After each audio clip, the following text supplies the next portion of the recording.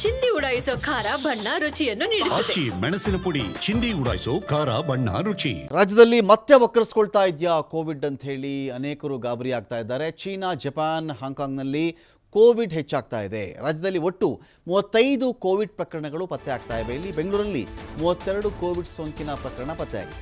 32 ಜನರಲ್ಲಿ ಬೆಂಗಳೂರಲ್ಲಿ ಕೋವಿಡ್ ಸೋಂಕು ತಗುಲಿದೆ ಅನ್ನೋ ಒಂದು ವಿಷಯ ಗೊತ್ತಾಗಿದೆ. ಇಲ್ಲಿ ಕೋವಿಡ್ ಪ್ರಕರಣ ಇಲ್ಲಿಗೆ ನಿಲ್ಲುತ್ತಾ ಮತ್ತಷ್ಟು ಕೂಡ ಹೆಚ್ಚಾಗಬಹುದು ಅಂತ ಹೇಳಲಾಗ್ತಾ ಇದೆ. ಫುಲ್ ಅಲರ್ಟ್ ಆಗಿದೆ ರಾಜ್ಯ ಆರೋಗ್ಯ ಇಲಾಖೆ. ಮುನ್ನೆಚ್ಚರಿಕಾ ಕ್ರಮ ತೆಗೆದುಕೊಳ್ಳಬೇಕು ಅಂತ ಹೇಳಿ ಆರೋಗ್ಯ ಇಲಾಖೆ ಕಡೆಯಿಂದ ಸೂಚನೆ ಇದೆ. ಅಧಿಕಾರಿಗಳಿಗೆ ಈ ಸೂಚನೆಯನ್ನು ಸಚಿವ ದಿನೇಶ್ ಗುಂಡೂರಾವ್ ಕೊಟ್ಟಿದ್ದಾರೆ. ಸಾರ್ವಜನಿಕರಿಗೆ ಸಾಕಷ್ಟು ಸಲಹೆಗಳನ್ನು ಆರೋಗ್ಯ ಇಲಾಖೆ ಕೊಟ್ಟಿದೆ. ಇಲ್ಲಿ ಏನು ಮಾಡಬೇಕು, ಏನು ಮಾಡಬಾರದು ಅಂತ, ಡೂಸ್ ಆ್ಯಂಡ್ ಡೋಂಟ್ಸ್ ಅಂತ. ಗರ್ಭಿಣಿ, ಬಾಣಂತಿಯರು, ಕಾಯಿಲೆಯಿಂದ ಬಳಲುತ್ತಿರುವವರಿಗೆ ಎಚ್ಚರಿಕೆಯನ್ನು ಕೊಡಲಾಗಿದೆ. ಜನದಟ್ಟಣೆ ಪ್ರದೇಶಗಳಿಗೆ ಭೇಟಿ ನೀಡಬೇಕಾದರೆ ಮಾಸ್ಕನ್ನು ಬಳಸಿಕೊಳ್ಳಿ. ಕೈಗಳ ಸ್ವಚ್ಛತೆ ಕಡೆಗೆ ಗಮನವನ್ನು ಕೊಡಿ. ಸ್ಯಾನಿಟೈಸರ್ ಬಳಸ್ಕೊಳ್ಳಿ. ಸೋಂಕಿನ ಲಕ್ಷಣ ಕಂಡುಬಂದರೆ ತಕ್ಷಣ ಪರೀಕ್ಷೆಗೆ ಒಳಗಾಗಿ. ಮನುಷ್ಯ ಒಂದು ದಿನದಲ್ಲಿ 20ರಿಂದ 30 ಬಾರಿ ಅವನ ಮುಖವನ್ನು ಮುಟ್ಕೊಳ್ತಾನಂತೆ. 20ರಿಂದ 30 ಬಾರಿ ಮುಖವನ್ನು ಮುಟ್ಕೊಳ್ತಾನೆ.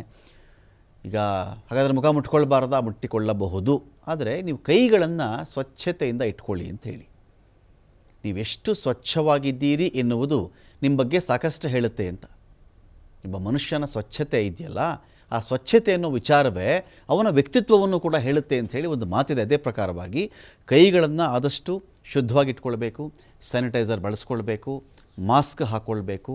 ಅಕಸ್ಮಾತ್ ಕೋವಿಡ್ ಪಾಸಿಟಿವ್ ಇದ್ದರೆ ತನ್ನಷ್ಟಕ್ಕೆ ತಾನೇ ಆ ಮನುಷ್ಯ ಕ್ವಾರಂಟೈನ್ ಆಗಿಬಿಡಬೇಕು. ಜನಗಳ ಸಂಪರ್ಕಕ್ಕೆ ಬರಬಾರ್ದು. ತುಂಬ ಜನದಟ್ಟಣೆ ಇದೆ. ಅಲ್ಲೋ ಜಾತ್ರೆ ಇದೆ, ಇಲ್ಲೇನೋ ಸಂತೆ ಇದೆ, ಇಲ್ಲಿ ಯಾವುದೋ ಪ್ರವಾಸಕ್ಕೆ ಹೋಗ್ತಾ ಇದ್ದೀನಿ, ಅಲ್ಲಿ ತುಂಬ ಜನ ಇದ್ದಾರೆ. ಇಂಥ ಕಡೆಗಳಿಗೆ ಹೋಗುವುದನ್ನು ಸದ್ಯಕ್ಕೆ ಅವಾಯ್ಡ್ ಮಾಡಿ ಅಂತ ಸೂಚನೆ ಬರ್ತಾ ಇದೆ.